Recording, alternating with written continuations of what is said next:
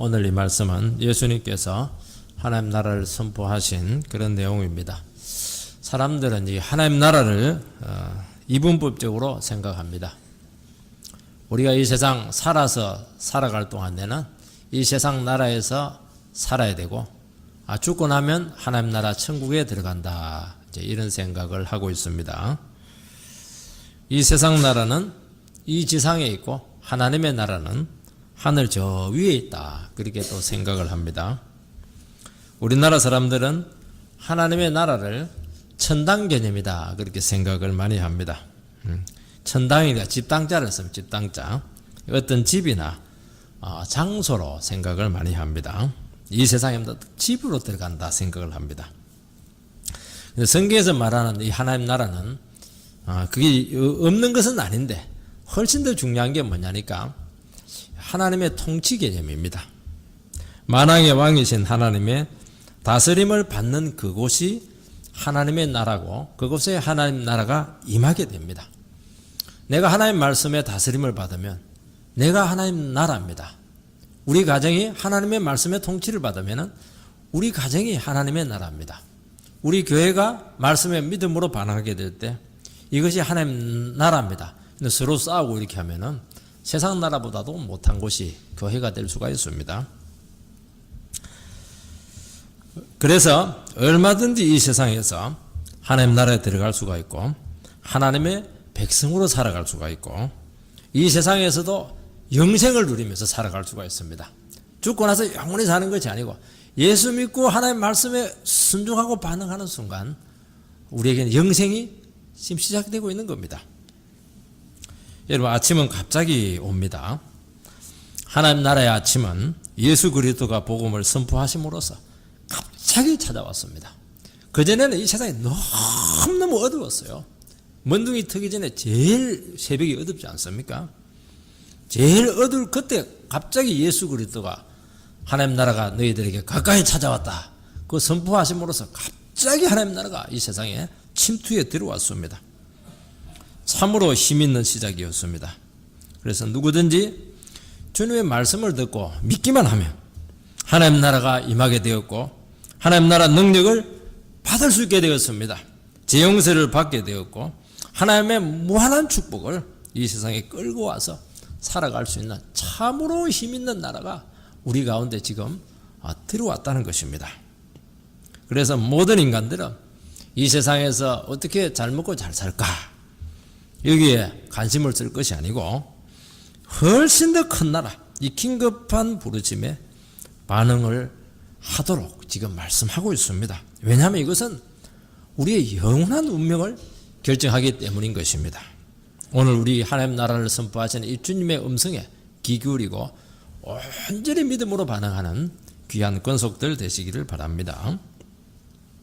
첫 번째는 하나님의 복음을 전파하셨습니다. 14절 말씀을 읽어보면은 요한이 잡힌 후 예수께서 갈릴리에 오셔서 하나님의 복음을 전파하여, 요한이 투옥이 되고 난 후에 예수님께서는 아마 유대 지역에 있었던 것으로 생각이 되는데 갈릴리 지역, 가장 깡촌 지역, 가장 가난한 어두운 지역, 초라한 지역에 오셔서 하나님 나라 복음을 선포했습니다. 우리 같으면 어디서 했겠습니까? 예루살렘 성전에서, 왕궁에서, 제일 화려한 곳에서 선포식을 할 텐데 예수님께서는 아무도 알아주지 않는 벽촌 지역에 제일 가난하고 은에서 제일 소외되었던 그 지역에 예수님께서 찾아오셔서 하나님 나라를 선포했습니다. 이것은 복음의 성격을 너무나 잘 보여준다는 것을 알 수 있습니다. 예수님께서 선포하신 것은 하나님의 복음이었습니다. 이 복음이다 이렇게 할 때 이 복음은 기쁜 소식을 이야기합니다. 그럼 복음을 선포한다 이렇게 하면 될 텐데 굳이 하나님의 복음을 밝히고 있는 것은 반드시 거기에는 무슨 이유가 있는 것입니다.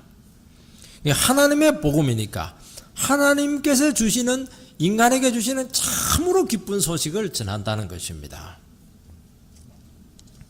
복음 이렇게 하면은 헬라어로 유앙겔리온 이렇게 하는데, 그 당시 로마 시대를 살아가는 사람들에게 있어서 이 복음은 낯선 개념이 아니었습니다.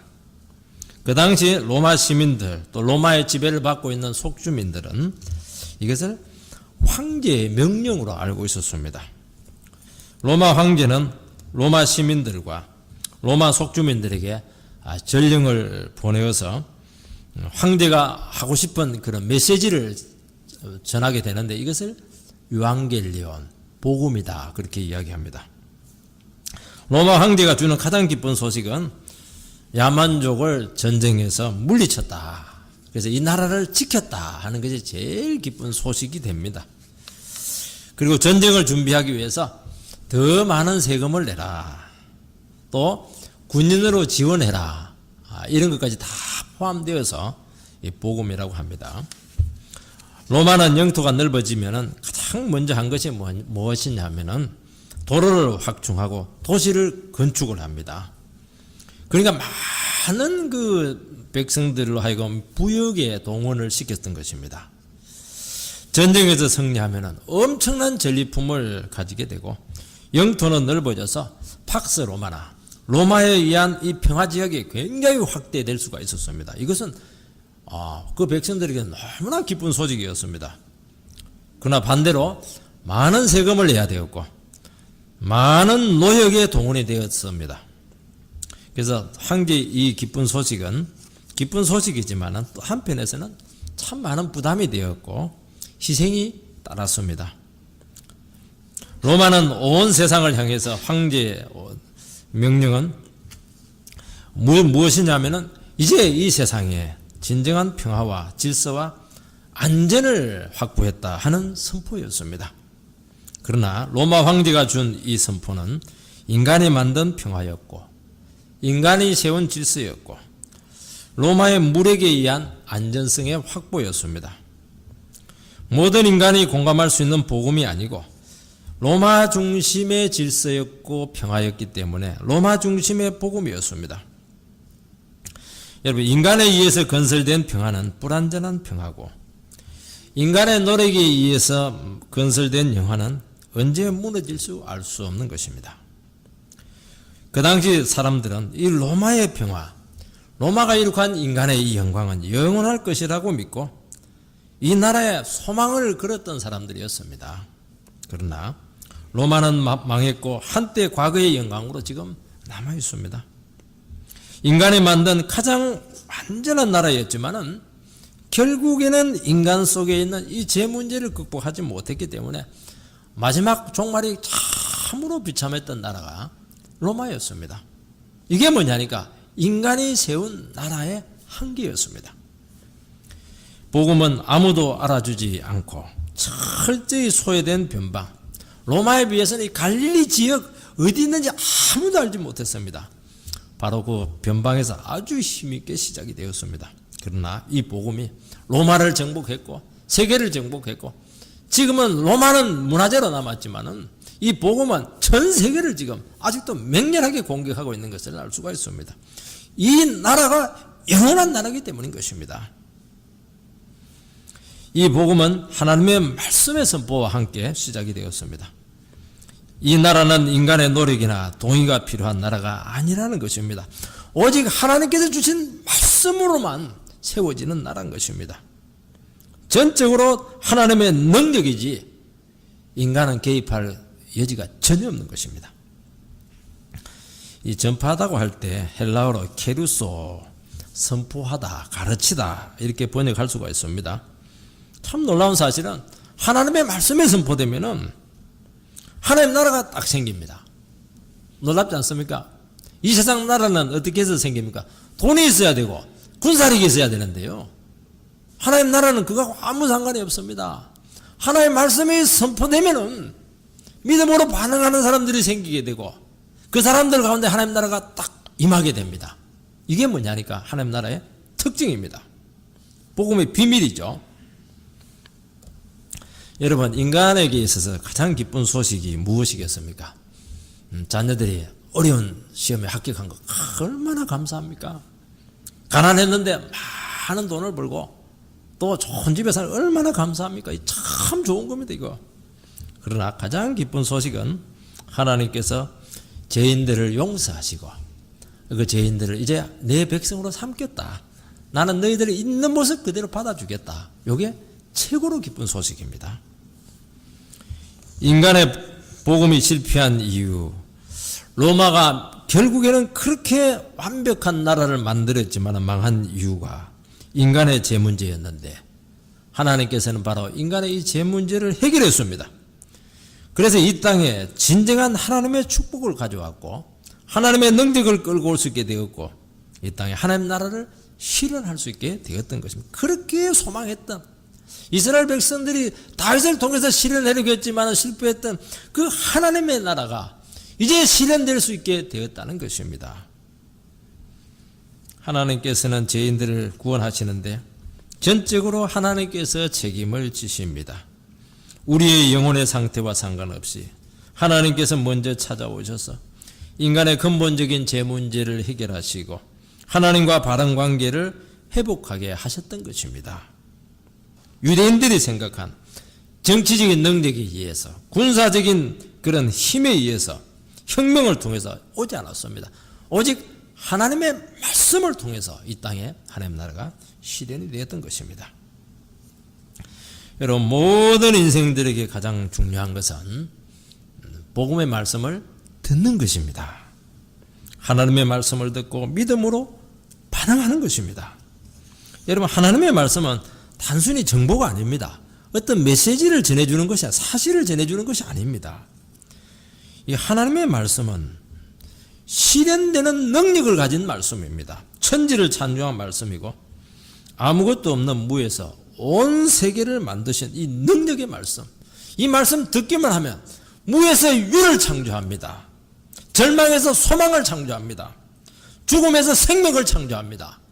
이것은 하나님 말씀 외에 어떤 말씀도 할 수 없는 그런 능력이었던 것입니다. 인간이 비참해진 이유는 딱 하나밖에 없습니다. 인간이 비참해진 것은 이 하나님의 말씀을 듣지 못했기 때문입니다. 최초의 인간이 버림받은 이유는 말씀을 의심해서 말씀에 철저히 순종하지 않았기 때문에 그렇게 나락으로 떨어졌던 것입니다. 여러분 하나님의 나라는 말씀을 통해서 임한다는 것을 꼭 믿어야 됩니다. 인간의 열심들, 인간의 사랑들 이것에 의해서 만들어지지 않습니다. 우리가 하나님의 말씀을 듣고 말씀으로 변화되고 믿음으로 반응하면 그것이 하나님 나라가 될 수가 있는 것입니다. 말씀을 통해서 우리의 마음이 변화가 되고 하나님의 다스림을 받는 백성이 만들어지는 것이 제일 중요한 것입니다. 그러니까 정치적이고 군사적인 혁명을 통해서 오는 것이 아니고 우리의 마음의 혁명을 통해서 하나님 나라는 이 땅에 찾아온다는 것입니다. 그곳에 진정한 평화가 찾아오고 우리의 삶에 어려운 질서가 생기게 될 것이며 가장 안전하고 복된 삶이 확보가 되는 그런 위대한 나라가 우리에게 찾아온다는 것입니다. 두 번째는 때가 참에 가까이 찾아온 하나님의 나라입니다. 15절 말씀을 읽어보면 이르시되 때가 찼고 하나님 나라가 가까이 왔으니 예수님께서 선포하신 주된 내용은 하나님의 나라입니다. 이렇게 설교하고 성경을 가르칠 때 핵심이 뭐냐? 이게 하나님 나라가 돼야 됩니다. 하나님 나라가 빠진 설교는 아무리 그렇다고 듣기 좋아도 이게 설교가 아닙니다. 사람들이 교회에 오는 이유는 세상 이야기 들으려고 오는 거 아닙니다. 좋은 교훈 듣기 위해서 논어 강좌 듣기 위해서 오는 거 아닙니다. 세상 정보를 얻기 위해서 오지 않습니다. 세상 정보를 들으려면 목사가 뭐 해야 됩니까? 타임지 있고 신문 많이 읽어가지고 그거 자꾸 이야기해 줘야 될 겁니다. 여러분 세상에서 듣지 못한 것을 듣기 위해서 왔고 세상에서는 절대 알 수 없고 경험할 수 없는 세계를 얻기 위해서 우리는 이 어려운 시간 참 힘든 시간인데도 와서 말씀을 듣는 것입니다. 저는 그래서 교회에서 막 건강 강좌, 재테크 강의 절대로 이런 것들을 허용해서는 안 되는 것입니다. 여기서는 하나님 나라가 선포가 돼야 됩니다. 예수님께서 이 땅에 오셔서 그분의 입술을 통해서 능력의 말씀이 선포되었을 때 본격적으로 하나님의 나라가 이 세상에 맹렬하게 침투하기 시작했습니다. 그동안 침묵하셨던 하나님의 아들을 보내어서 하나님께서 그 아들을 보내어서 강력한 하나님 나라를 지금 진행하고 계시는 것입니다. 여러분, 하나님의 나라는 눈에 보이지 않지만 결코 약하지 않습니다. 그 말씀을 듣고 믿음으로 반응하기만 하면 이 세상에 없는 모든 복, 영적인 복, 육체적인 복, 모든 복을 다 얻을 수가 있습니다. 잘 안 믿으시는 것 같은데, 영적인 복만 자꾸 생각하는 것 같은데 그러지가 않아요. 정말 우리가 하나님 말씀에요 반응하기만 하면 얻지 못할 축복이 없다는 것을 믿으시기 바랍니다. 우리는 자꾸 복이라고 하니까 기복적으로 자꾸 생각을 하는데 복은 참 좋은 겁니다. 진정한 복은 저 하늘에서 와야 됩니다. 하나님 나라에서 오는 것이 진정한 복입니다. 어마어마한 축복이 하나님 나라에 쌓여 있는데 그것을 받을 만한 믿음이 없기 때문에 지금 창고에만 쌓여 있습니다. 그래서 이 세상은 너무나 빈약한 가운데 지금 살아가고 있습니다. 여러분, 이 세상의 평화가 아니고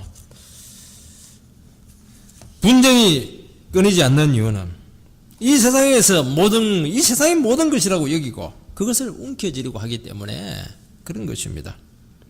여러분, 이 세상에 있는 복은요 한정된 복입니다. 마치 나무에 액세서리 걸어놓은 것과 똑같아요. 그것만 서로 가지려고 합니다. 영원하지가 않습니다. 그것을 많은 사람이 나누어 가지려고 하다가 보니까 막 경쟁이 심하고 다투고 심지어 전쟁까지 하는 것입니다. 근데 만약에 아버지 집에 어마어마한 돈이 있다면은 우리는 이 세상에서 아둥바둥 살아갈 필요가 없습니다. 늘 이야기하지 않습니까? 부자들은 지갑을 안 가지고 다닌다고요. 저는 이 지갑을 가지고 다닙니다. 부자가 아닙니다, 저는. 왜냐하니까 어마어마한 돈이 있는데 무슨 놈이 지갑이 필요합니까? 기도하면 오는데요. 예수 믿고 믿음으로 살아가면 다 주어지게 되지 않습니까? 하나님 한 번 힘써주고요. 너 한 번 밀어줄게. 끝나는 겁니다, 우리 인생. 잘 못 믿으시는 느낌이 자꾸 지금 들고 있는데 믿으시기 바랍니다. 하나님의 나라가 언제 왔습니까?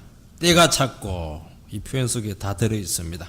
때를 이제 좀 어려운 말로 카이로스 이렇게 하는데 이것은 연대기적인 이 때를 얘기하는 것이 아니고 분명히 이것은 어떤 결정적인 시간, 어떤 신이 역사하는 시간, 특별한 시간을 이야기합니다.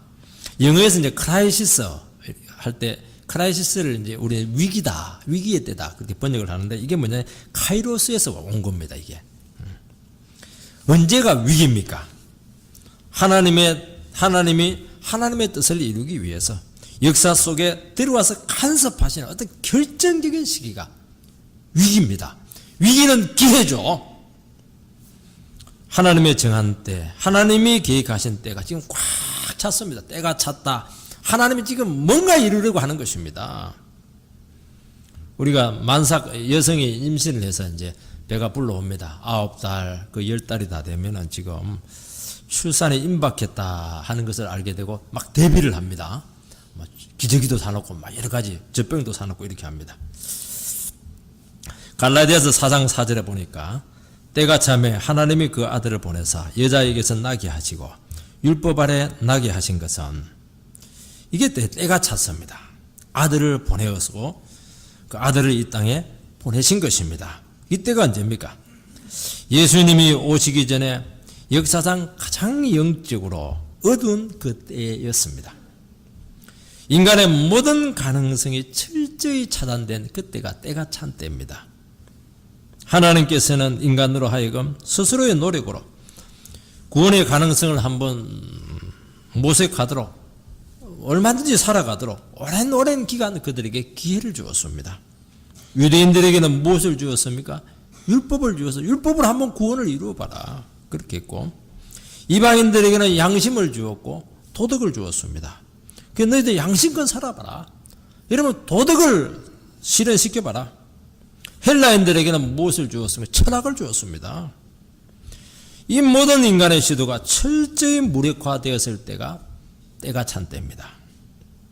인간은 스스로 구원받을 수 있는 길이 철저히 차단되어서 아무런 소망이 없게 되었을 때, 철저히 무력하게 되었을 때, 가장 역사적으로 무력하고 영적으로 어두웠을 때, 이때 예수님께서 나타나서 능력의 복음을 선포했던 것입니다. 그것이 의미하는 것이 무엇이죠? 오직 예수님만이 구원을 주실 수가 있으며 인생의 근본적인 문제를 해결할 수 있다는 것을 나타내셨던 것입니다. 여러분, 우리나라에 복음이 처음 들어왔을 때, 우리나라 최전성기 때, 세종대왕 때, 그때 안 들어왔습니다. 구한말 때 그야말로 풍전등화 같이 찢어지기가 안 하고 제일 불쌍할 때 이 나라에 복음이 들어왔습니다. 너무너무 비참했습니다. 나라 안에서는 서로 권력 다툼을 안동건 씨들 민비들 온갖 권력 다툼 다 하고, 주위 나라들은 이 나라를 지금 아무도 불쌍히 여기지 않았습니다. 어떻게 하든 상처 먹을까 그 생각 꼭 하지 않았습니다. 관리들은 가난한 백성들을 이리처럼 뜯어먹고 있었습니다. 아무도 이 나라를 불쌍히 여기지 않았고 이 백성을 사랑하지 않았습니다. 이때 하나님께서는 이 백성들을 절대로 그냥 두지 않았습니다. 어떻게 했습니까? 서양 선교사들, 특히 가장 뛰어난 젊은 복음, 정말 순수한 이 철저히 말씀에 헌신된 복음 전도자를 이 땅에 보내줬습니다. 눈도 크고요, 키도 크고요, 코도 큰데 사람들이 막 굉장히 신기했었습니다. 노랑머리 해가지고 왔는데요. 근데 그들의 입술을 통해서 무슨 메시지가 나왔습니까? 하나님께서는 이 조선을 사랑한다는 것입니다. 이 조선 백성을 품기를 원한다는 것입니다. 아무도 사랑해주지 않고 아무도 이들 위해서 희생해주지 않았는데 하나님은 이 백성을 사랑한다.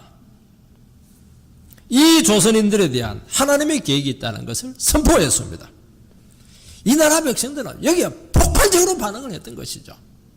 세계사적으로 복음이 들어오고 나서 20-30년 만에 전국적인 부흥을 경험한 것은 세계사적으로 없습니다. 1907년 대부흥운동이 우리나라에 왔던 것입니다. 언제 왔습니까? 잘 살 때입니까? 그때는 일본에 삼키기 전 몇 년 전이었습니다. 제일 어두울 때 하나님 나라가 힘있게 이 땅에 찾아왔던 것입니다. 지금도 저희 집 냉장고 벽에 언더스 선교사님의 그런 시가 걸려 있습니다. 제목이 뭐냐니까 배지 않는 조선의 마음. 선교사님들이 와가지고 그 옥스포드 하버드 이런 사람들 뛰어난 사람들이거든요. 왔는데 조선의 마음이 안 보이는 것입니다. 조선 남자들의 속셈을 알 수 없습니다. 조정의 내심을 알 수 없습니다. 가마 타고 있는 여성들을 영원히 못 볼 것 같습니다. 우리가 할 수 있는 것이 아무것도 없습니다. 절규하면서 기도했던 그 내용이 언더스 선교사님이 썼던 배지 않는 조선의 마음이었는데 읽어보면요, 그 기도가 지금 완전히 성취가 되었습니다. 참 놀랍습니다. 한번 기회가 되면 한번 읽어보시기 바랍니다. 놀라운 사실은 이 복음을 듣고 이 나라 백성들은 소망을 가졌고 부흥의 불길이 전 산천을 불태워 버렸습니다. 여러분, 이 나라를 살린 것은, 지금도 이 나라가 소중한 이유는, 이 나라에 무슨 지하 자원이 있습니까? 이 나라에 뭐 석유가 납니까? 뭐가 있습니까? 아무것도 없습니다. 하나님의 때에 복음이 들어왔고 이 복음에 미친 듯이 반응한 그 결과로 지금 이 나라가 지탱되고 있는 것입니다. 이 나라는 역사상 존재할 수가 없습니다. 깡패들로 꽉 둘러싸였는데 어떻게 이 작은 나라가 존재할 수 있겠습니까? 우리가 살 수 있는 건 하나밖에 없습니다. 하나님 말씀 부여잡고 미친 듯이 예수 믿는 것입니다. 하나님이 보호하사 우리나라 만세, 애국가에도 다, 우리나라가 무슨 기독교 국가입니까? 근데 하나님께서 딱 끊어놨어요. 애국가 부를 때마다 하나님이 보호하사 우리나라 만세. 그걸 믿어야 되는 것입니다. 우리나라는요, 저 분명히 얘기하는데 군사력으로 지킬 수 없습니다. 돈 아무리 많이 벌어도 중국 못 따라갑니다. 예수 안 믿으면 반드시 망합니다. 오늘 우리가 살 수 있는 길은 복음의 말씀을 듣고 믿음으로 반응하는 길밖에 없습니다. 아무리 고민하고 나를 찾으려고 해도, 미친 듯이 뭔가를 추구하려고 해도 여러분 답 없습니다. 끝없이 방황하는 인생이 될 수밖에 없을 것입니다. 속만 허전하고 계속 방황하는 인생이 될 것입니다. 여러분, 우리 영혼 속에 있는 본질적인 부분은 이 세상의 그 어떤 것으로도 채움받을 수 없습니다. 여러분, 우리 자신이 간단합니까? 우리 인간이 간단하게 만들어졌습니까? 절대로 간단하지 않습니다. 많이 공부하고 원하는 것을 많이 가지고 지위가 올라가고 내 자아가 실현된다고 해서 내가 내 자신에 대해 만족할 것 같습니까? 절대로 그렇게 할 수 없습니다. 아무리 좋은 차 타고 다니고 좋은 집에 있다고 해서 내 인생에 대해 만족하겠습니까? 간단하지 않습니다. 절대로 만족이 안 됩니다. 여러분, 그렇게 해서 만족할 수 있으면 만족하시기 바랍니다. 우리 젊은 청년들도 뭐 결혼 잘해가지고 좋은 집에 사서 좋은 직장에서 편안하게 살면 내 인생 만족하겠다. 그럼 그렇게 사세요. 절대로 만족하지 못할 겁니다. 우리가 얼마나 비싼 기계인데요. 우리가 하나님의 형상을 닮은 유일한 존재인데 눈에 보이는 것으로 살아갈 수 있다.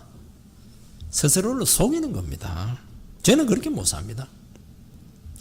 우리는 반드시 하나님만으로 채워져야 될 아주 은밀하고 깊은 빈 공간이 있습니다. 주님께서 이 부분을 채워주시기 위해서 힘있게 우리 인생 가운데, 우리 인격 가운데 지금 찾아오고 있는 것입니다. 여러분, 하나님의 나라는 지금 가까이에 와 있습니다. 손만 뻗으면 잡을 수가 있습니다. 안 뻗습니다, 이게. 예수님이 하나님 나라를 이 땅에 가지고 왔습니다. 예수님의 인격 속에 완전히 싸가지고 이 나라를 가져왔습니다. 그분의 말씀과 삶을 통해서 지금 이 나라가 맹렬하게 우리 가운데 활동하고 있습니다. 마음만 열기만 하면, 우리가 믿음으로 반응하기만 하면 바로 그 나라를 우리는 소유할 수가 있는 것입니다. 미국이라고 하는 나라는 우리나라에서 참 너무 멀리 떨어져 있습니다. 그런데 생소하죠. 그런데 그 나라에 나를 가장 사랑하고 잘 아시는 분이 살고 있으면 결코 멀지 않습니다. 참 저는 80 된 노인들이, 할머니들이 막 미국으로 왔다 갔다 합니다. 왜요? 딸이 거기 살고 있으니까. 언어가 안 통하지 않습니까? 왜 안 통해요? 온몸으로 다 하는데요. 이렇게 하면서 미국 가는 것을 뭐 옆집 가듯이 그렇게 하는 것을 제가 보았습니다. 그들이 무슨 영어를 압니까? 왜죠? 사랑하는 딸이 살고 있으니까요. 예수님은 누구보다 우리를 사랑하시고 잘하십니다. 그분의 말씀을 들으면요, 설교 가운데 그분의 음성을 이렇게 듣고 있으면은 그분이 나를 얼마나 깊이 하시고 사랑하시는가 너무너무 잘 알고 있다는 것을 알게 됩니다. 나를 이렇게 사랑하시고 나를 깊이 하시는 분은 우리 부모님보다 우리 부모님은요 인간입니다. 정말 내 마음 깊은 곳을 모를 때가 많아요. 근데 주님은 정말 나의 본질적인 문제들, 나의 깊은 문제들, 말 못할 문제들, 나도 알지 못하는 그 문제까지 알고 있고 그 문제에 대해서 지금 주님께서 뭔가 대책을 세우고 있다는 것을 알게 됩니다. 여러분, 하나님 나라는 결코 멀리 있지 않습니다. 지금 이곳에 있습니다. 하나님 말씀에 선포되는 이곳이 하나님이 임재하실 곳입니다. 우리가 마음을 열고 이 말씀에 믿음으로 반응하기만 하면 하나님의 나라가 우리에게 찾아오고 모든 능력과 권세가 회복이 되는 그런 축복이 임할 줄로 믿습니다. 저는 처음 예수를 믿을 때요, 기독교와 나는 근본적으로 체질이 다르다, 정말 맞지 않는 종이다, 불교는 맞다고 생각을 했었습니다. 왜냐하면 제가 어릴 때부터 불교와 가까이 지냈고 또 미신의 영향도 많이 받았습니다. 그래서 막 예수 믿는 사람들만 보면은 참 이렇게 거부감이 참 많았고요. 교회는 왜 가나 그게 제일 궁금했습니다. 주일에 가서 하루 종일 말이지 있다가 오고 세상은 넓고 재밌는 건 너무 많은데 아우 지겹다 그렇게 생각을 했었습니다. 그런데 우연히 설교 말씀을 듣는 중에 저를 완전히 알고 있고 찍어서 나에게 하시는 말씀이 들렸습니다. 그 순간 기독교가 그때부터 낯설지 않았습니다. 예배당이 이상한 사람들이 모여 있는 곳이 아니고 예수 믿는 사람이 별종이 아니구나, 그 사람들이 나의 형제고 나의 자매구나 하는 것을 알게 되었습니다. 너무 자연스러웠습니다. 그전에는 저도요 목소리가 좀 있어가지고 세상 가요들 막 노래하고 이렇게 했었습니다. 근데 이 세상 가요가 이제 낯설어지게 되고 찬송가가 저에게 그렇게 은혜가 되었고 감동이 되었습니다. 왜요? 예수님께서 나를 사랑하신다는 것을 알았기 때문인 것입니다. 세 번째는 하나님 나라에 어떻게 들어갈 수 있는가 하는 그 방법을 알아야 됩니다. 15절 하반절 말씀을 읽어보면은 회개하고 복음을 믿으라. 하나님 나라에 들어갈 수 있는 방법은 회개하고 복음을 믿어야 됩니다. 여러분, 천국에는 문짝이 2개 있습니다. 자동문이 딱 있는데요. 자동문 착 열렸다가 착 닫히지 않습니까? 내가 손 안 대도 되면 알아서 열려줍니다. 천국은 내가 문 열고 들어가는 것이 아니고 하나님께서 이렇게 탁 문을 열어줘야 됩니다. 하나는 회개의 문이고 하나는 믿음의 문입니다. 이 문은 동전의 양면처럼 동시에 열리고 닫히게 되어 있습니다. 우리가 회개하고 예수를 믿기만 하면 천국 문은 활짝 열립니다. 그런데 내 공로를 의지하고 내 업적, 내 자랑, 내 도덕, 내 가진 것, 인간적인 능력 이것 붙들면 철저히 닫혀가 바늘 틈 하나 들어갈 수가 없습니다. 천국은 그렇게 철저한 것입니다. 완전히 버리고 예수만 믿어야 되는 것입니다. 오직 예수님께서 이루신 구원의 길, 은혜로만 들어갈 수 있는 그 나라입니다. 내가 죄인임을 고백하는 것입니다. 나의 죄를 위해서 하나님의 아들 되신 예수님께서 내가 달려야 될 그 십자가에 그 피를 흘리시고 죽으셨다는 것을 진심으로 고백하게 될 때 한순간에 천국문이 활짝 열립니다. 참 놀라워요. 그렇게 나를 찾으려고 했고 그렇게 내 인생을 회복하려고 했는데 그렇게 답답하고 힘들었는데 한순간에 가슴이 확 열리면서 와, 찾았어. 나는 인생을 찾았구나. 나는 생명을 찾았구나. 길을 찾았구나. 정신을 차리지 못하는 것입니다. 이게 천국문에 들어갈 수 있는 유일한 길입니다. 여러분, 회개가 무엇이죠? 회개라고 하는 것은 원래의 뜻은 다시 생각한다 이런 뜻을 가지고 있습니다. 지금까지 사람들은 그냥 안 삽니다. 내가 옳다고 생각하고 내 주관을 가지고 인생관을 가지고 살아갑니다. 근데 말씀을 듣는 가운데 이게 틀릴 수도 있겠구나. 내 삶이 틀릴 수 있겠구나 하는 이 생각을 바꾸게 됩니다. 지금까지 내가 살아온 삶이 바르다고 판단했는데 아닐 수 있다 하는 인정을 하는 것이 회개입니다. 내 인생에 근본적으로 문제가 있다는 것을 깨닫는 것입니다. 먼저 깨달음이 와야 되고 그 이해가 와야 된다. 이해의 문제입니다. 이것은 회개라고 하는 것은 그냥 눈물 콧물 하면서 그거는 다음 문제입니다. 그리고 나서 어떻게 합니까? 잘못된 자기 자신의 인격과 삶을 두고 감정적으로 괴로워하고 슬퍼하는 것입니다. 지나간 삶을 생각하니까 그렇게 후회가 되고 하나님 마음을 아프게 생각하는 거 생각하니까 그렇게 마음이 아프고 나를 사랑했던 그 분들의 그 마음을 힘들게 했던 것도 생각하니까 내가 그냥 지옥에 들어갈 놈이구나. 정말 마음을 찢게 되고 고통스러워하고 눈물 콧물 흘리면서 괴로워하는 것입니다. 이게 반드시 있어야 돼요. 마음이 막 무너지고 미워지는 것입니다. 그렇게 후회가 되고요. 왜 이렇게 30년, 40년, 50년 헛된 생활을 했었을까? 참 후회되지 않겠습니까? 그러면서 하나님 앞에 내가 진심으로 죄인입니다 하는 것을 인정하게 됩니다.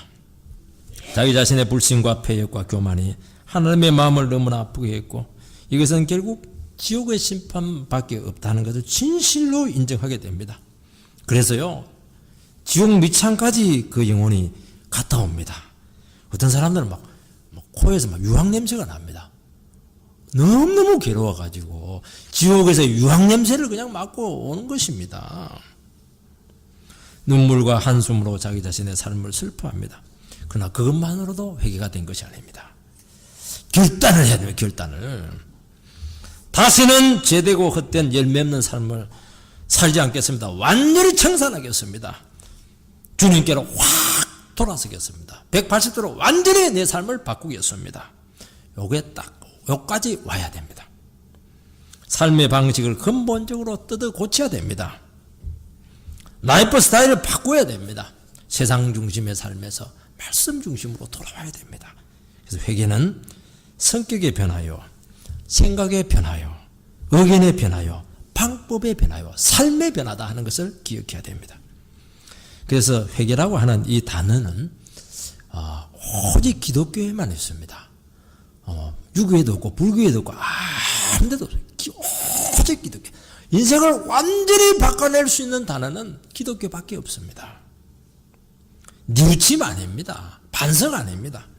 삶을 근본적으로 뜯어 고치는 것입니다. 믿음이 무엇입니까? 나를 믿지 않고 예수를 하나님의 아들로 믿는 것입니다. 하나님의 아들로 믿는다고 하는 것은 이분이 진리고 이분의 말씀만이 옳다는 것을 진실로 고백하는 것입니다. 여러분, 자기 자신의 삶을 주님께 맡기고 의지하는 것입니다. 이분이 진리라면 이분에게 내 삶을 맡겨야 되지 않겠습니까? 오직 말씀을 의지하고 붙드는 것입니다. 지금까지 우리들은 내 인생은 나의 것, 옛날에 그 유행가 가사였는데 굉장히 감동적으로 부르더라고요. 감동받으면 안 됩니다. 무슨 내 인생이 나의 것입니까? 그렇게 하니까 망하죠. 지금까지 우리들은 내 인생을 스스로 운전했습니다. 내가 주인이죠. 이리 처박히고 저리 처박히고 시궁창에 막 처박히고 사고 많이 냈습니다. 다행히 죽지 않고 살아있는 것만 해도 감사하시기 바랍니다. 이제 운전대를 예수님께로 넘겨드려야 됩니다. 주님께 나의 인생을 이끌어 달라고 운전을 해 주십시오. 오늘 이 시간 이런 고백이 나와야 됩니다. 아직도 내 인생을 내가 운전하겠습니다. 천국 탁 닫힙니다. 못 들어갑니다. 고난이나 인생의 위기 속에서 더 이상 나를 믿지 않고 다른 사람도 믿지 않겠습니다. 세상의 것들도 의지하지 않겠습니까? 오직 지금 들리고 있는 하나님의 말씀만 의지해서 믿음으로 살아가겠습니다. 내 인생을 받아주십시오. 이런 고백이 나와야 되는 것입니다. 자기가 머리가 똑똑하면 얼마나 똑똑해요. 자기가 인생을 살았으면 얼마나 살았어요. 자기가 미래를 알면 얼마나 알고 있습니까? 그것도 책 보고 알고 있고 사는 사람에게 들어서 알고 있는 것이지, 그게 무슨 우리 인생을 보장한다고 생각합니까? 나를 있게 하시고 온 세상을 만드신, 나를 위해서 죽으신 예수 그리스도만의 그 말이 진실한 것입니다. 그 말씀을 믿어야 된다는 것입니다. 부처님의 말씀 믿지 마시기 바랍니다. 저도 많이 공부했습니다. 이분은 부처님도 참 훌륭하지만은요, 이 사람은 하나님의 아들이 아니고 우리를 위해서 죽지 않았습니다. 인간입니다. 인간. 그분은 인간이에요. 인간은 죄인이라는 겁니다. 죄인은 죄인을 인도할 수 없습니다. 구원할 수 없습니다. 미신을 믿으면 바로 지옥행입니다. 오직 예수와 그리스도의 말씀만 의지하시기 바랍니다. 그러면 성령님께서 우리를 사로잡으셔서 우리에게 임하셔서 우리를 능력의 삶으로 인도할 것이고 정말 생각하지 못한 위대한 삶이 되게 될 것입니다. 어떻게 나의 인생에 이런 삶이 가능했을까? 그런 고백이 나올 정도로 참으로 복된 삶으로 여러분의 삶을 인도할 것입니다. 주님께서 우리에게 명령하고 있습니다. 때가 찼고 하나님의 나라가 가까이 왔으니 회개하고 믿어라. 제발 믿으라는 것입니다. 이것은 적극 믿어야 됩니다. 집에 가서 생각하면 늦습니다. 이 자리에서 결단하셔야 됩니다. 지금 기회 놓치면, 지금 주님께서 우리 말씀으로 여러분들 가운데 찾아와서 말씀하실 때 이 기회 놓치면은 영원히 기회가 오지 않을 수가 있습니다. 내일이 어떻게 될 줄 어떻게 알아요? 이 말씀이 생생하게 들리고 있는데 이때 반응하지 않으면요, 마음이 탁 닫힙니다. 영원히 천국문이 닫힐 가능성이 많습니다. 이때 마음을 열고, 하나님, 나는 죄인입니다. 지금까지 내가 내 인생을 스스로 살려고 했는데 너무 교만했습니다. 주님 앞에 내 자신을 다 무장해제해야 합니다. 주의 인생을 받아주십시오. 주님께서 나의 삶을 어디로 이끌든지 주의 말씀 의지해서 믿음으로 살아가겠습니다. 지금 이것을 우리 모두에게 요구하고 있는 것입니다. 주님 가까이 찾아와서 계실 때 그분을 잡으시기 바랍니다. 경상도 말로 불끈 잡아라. 그냥 생고물처럼 잡고 늘어져야 됩니다. 이게 믿음이죠. 믿는 것도 아니고 안 믿는 것도 아니고 뭐 주님 뭐 믿어 드릴까요? 안 믿어 주면 주님도 굉장히 힘들걸요. 어떤 사람이 협박합니다. 내같이 잘난 인간이 예수님 믿어주면 예수님 얼마나 영광 받으시겠어요? 참 별 사람 다 있습니다. 때가 참회라고 하는 원문에는 과거 완료형, 미완료형 이중으로 쓰였습니다. 하나님 나라를 받아들이는 사람도 있지만은 그렇지 않은 사람도 있기 때문입니다. 결국 형식적인 신앙인 주일만 왔다 갔다 하는 나이롱 신자 되지 마시기 바랍니다. 신앙은 영원한 운명을 결정하는 것이고 그 어떤 것보다 우선적인 가치를 가진다는 것을 알고 다시 한 번 더 주의 말씀 앞에 온전히 믿음으로 반응하는 귀한 건속들 되시기를 주의 이름으로 축원드립니다.